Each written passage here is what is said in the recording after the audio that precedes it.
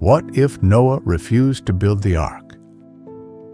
A theological reflection in a rain that wouldn't stop. What if the last righteous man said no? What if, in that moment when history met destiny, Noah, the only one found faithful among an entire generation, turned away? What if he looked at the wood, the tools, the sky darkening in the distance, and refused? This is more than a pause in the story. This is the kind of question that shakes the very foundation of the biblical narrative. Because without Noah's yes, we're not just imagining a delay. We're imagining the end of the line, the absence of any human future. Welcome back to What If Bible, where every question leads us deeper into the mystery of God. The world in Noah's time was not simply broken, it was unraveling. Scripture tells us that every inclination of the human heart was only evil all the time. The earth was full of distortion and decay, and in the midst of that darkness, one light remained: Noah. Now imagine he turned his back on the call. The ark was not just a wooden boat.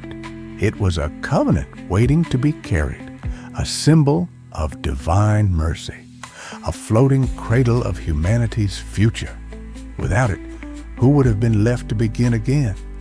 No family to walk out on dry land, no descendants to carry on, no rainbow stretched across the sky, no Abraham, no David, and certainly no Messiah. Some may wonder, would God have chosen someone else? But the text offers no alternative.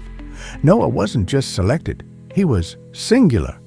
One man in one moment carrying the weight of what would come next.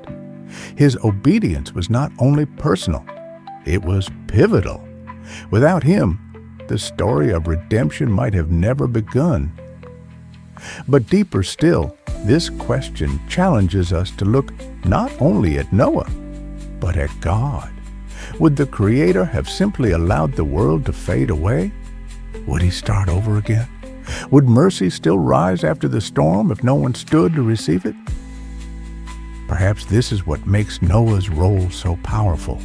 His actions point us forward to another who would come much later, another who worked with wood, another who stood alone and obeyed when the stakes were beyond imagination, not building a boat, but carrying a cross.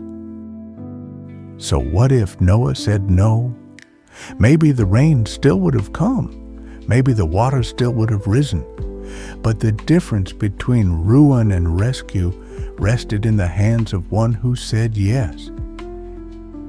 If questions like this stir something in you, if you long to go beyond the surface of the stories you thought you knew, then subscribe to What If Bible, where theology meets imagination, and every what if brings you one step closer to the heart of God.